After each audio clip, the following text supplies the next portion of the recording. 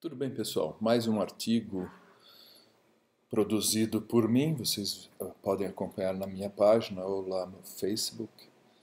Mas, enfim, falarei alguma coisa aqui para vocês através desse vídeo, que é do materialismo à transcendência. Esse artigo foi inspirado por uma história que eu vi, bastante pitoresca, de um mineiro, né? Histórias de Minas Gerais sempre muito boas, muito ricas em conteúdo, e essa história foi de um cidadão que escutou o uivo lamurioso de um cachorro. E ele perguntou ao seu dono por que o cão estaria chorando, e o dono respondeu porque ele está deitado sobre um prego. E obviamente isso causou estranheza e o cidadão perguntou, mas por que o cão não se levanta? E essa resposta guiará a nossa reflexão. A resposta é: ele não se levanta porque o prego não doeu o bastante, não causou dor, não causou o sofrimento suficiente para a ação. É uma história inocente, bobinha, bem simples, mas esconde uma reflexão. A história provoca essa reflexão, que é justamente uma reflexão antiga sobre o sofrimento, os motivos do sofrimento e por que existe a dor, por que existe o mal, em última análise. Eu trago uma perspectiva, gente, que o flagelo físico, num contexto transcendente, pode ser visto sim como um chacoalhão, um despertamento da alma, um convite ao despertamento da alma para seguirmos uma programação existencial nesse mundo rochoso, nesse mundo material. Obviamente a matéria aí seria o ouro de tolo.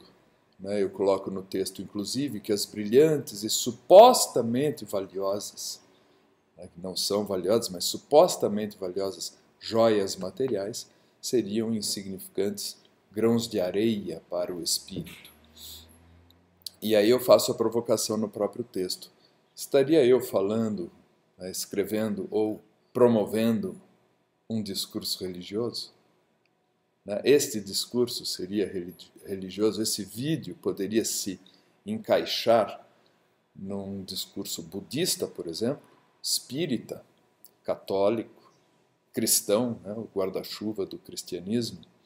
E eu respondi de forma paradoxal, ao mesmo tempo distinta, eu tenho duas respostas distintas e ao mesmo tempo parecidas. Então a primeira resposta é não. Meu discurso não é religioso, é apenas um discurso que transcende ao materialismo. A segunda resposta, e aí vem o paradoxo, a curiosidade, sim, justamente por transcender o materialismo, esse discurso vibra em sintonia com tais vertentes religiosas, budista, espírita, cristã, católica e tantas outras mais. Então aí fica um pouco até provocativo, porque você tem duas respostas antagônicas, paradoxais e ambas corretas, uma coisa bem curiosa. Eu termino então essa rápida reflexão filosófica. Isso vem muito do meu curso de filosofia e de estudos que eu estou fazendo, tanto revendo doutrinas, segmentos da transcendência humana, racionalismo cristão, doutrina espírita, os próprios princípios e valores morais trazidos do cristianismo, tanto pela vertente do catolicismo, por outras vertentes. Eu acho tudo isso muito interessante. Mesmo sem ser um religioso, não sou um religioso, mas eu respeito muito e gosto muito de estudar essas vertentes da transcendência. A minha base de estudos transcendentes está muito mais ligada à ciência do que propriamente à religiosidade. Eu venho do próprio paradigma consciencial.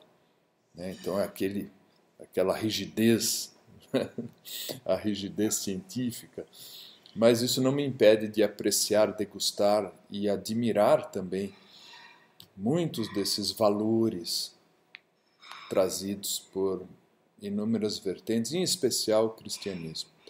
A vertente cristã é muito bonita.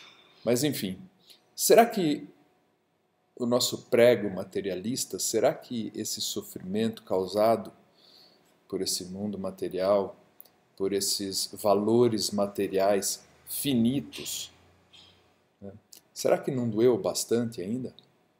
Será que ainda a humanidade precisa de mais sofrimento? Então, essa é uma questão. Essa é uma questão. E não seria melhor a gente estender esses valores finitos, limitados, à matéria, restritos, para valores transcendentes à matéria, para valores infinitos, né, que ultrapassam a barreira do tempo e do espaço? Então, como assim? Como assim? Então, não estou entendendo. Ultrapassam, por exemplo, o evento morte do corpo biológico? Essa é uma reflexão filosófica muito antiga. Então, eu entendo que sim. Eu gosto muito da transcendência. Essa é a questão. E aí poderíamos ter questões paralelas. Poxa, qual o termo correto? Você falou em constituição, em força e matéria. Nossa constituição enquanto força, enquanto matéria, falou no texto. Você não poderia ter usado a terminologia, por exemplo, espírito, ou a terminologia católica, alma? Poderia. Não poderia usar consciência, como gostam os conscienciólogos, né, os estudiosos pesquisadores da conscienciologia? Poderia, claro que sim. Eu poderia usar força, como usei, alma, espírito, essência, consciência, ser essencial, self, como gosta Jung. Então, poderia, todos esses termos são válidos. Agora, pouco importa o significante se você entender o significado. Mais vale o significado. E aí eu termino com a reflexão que todos somos depositários do bem.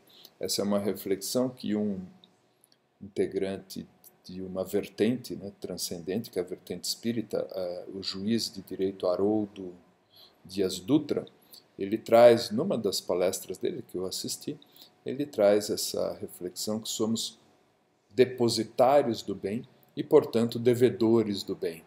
Muito interessante essa situação. Então, eu faço um convite a todos, né, no texto para entregarmos lucidez, bondade e tolerância. É um convite um tanto maroto de minha parte, porque eu mesmo nem sempre sou capaz disso. Às vezes a gente se irrita aí com as imaturidades alheias e as nossas próprias. Então, mas fica o convite, né? Fica o convite sobre essa questão, né? Sobre uma reflexão de todas as ações virtuosas que nos precederam. Esse é um princípio, inclusive, do conservadorismo político. O respeito ao passado, o olhar de gratidão para o passado, e não o princípio revolucionário que você quer destruir todos os valores herdados. Por isso que nesse ponto eu prefiro muito mais o conservadorismo político do que o esquerdismo político, chamado erroneamente de progressismo. Por que erroneamente? Porque na verdade não é progressista, é regressista. Você quer uma volta russoniana ao passado, mas enfim, esse é outro tema. Aí eu termino essa questão, né, desse texto como a reflexão de que realmente somos depositários de tudo que recebemos. Né? E qual seria essa verdadeira joia espiritual, este diamante transcendente? Porque se a matéria é o ouro de tolo, né, qual seria o ouro verdadeiro, o ouro transcendente? E a minha reflexão seria a nossa própria existência. Então, a nossa própria existência, agora, neste exato momento, ela está genuflexa ao nosso livre-arbítrio. Então, façamos bom uso disso, esse é o convite. Então, eu me incluo, obviamente, neste convite, para saudarmos esses nossos débitos espirituais transcendentes.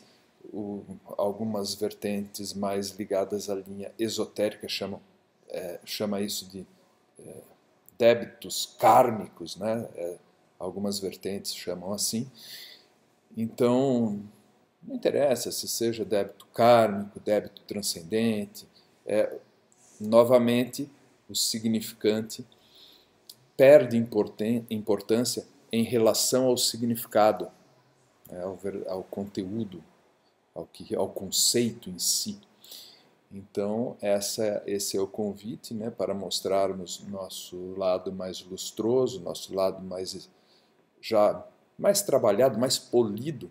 Né? Todos temos lados mais ásperos, mais polidos. Então, este vídeo, como o meu artigo, é uma tentativa modesta, provavelmente imperfeita, de comunicar essa questão. Valeu, pessoal. Grande abraço. Até a próxima.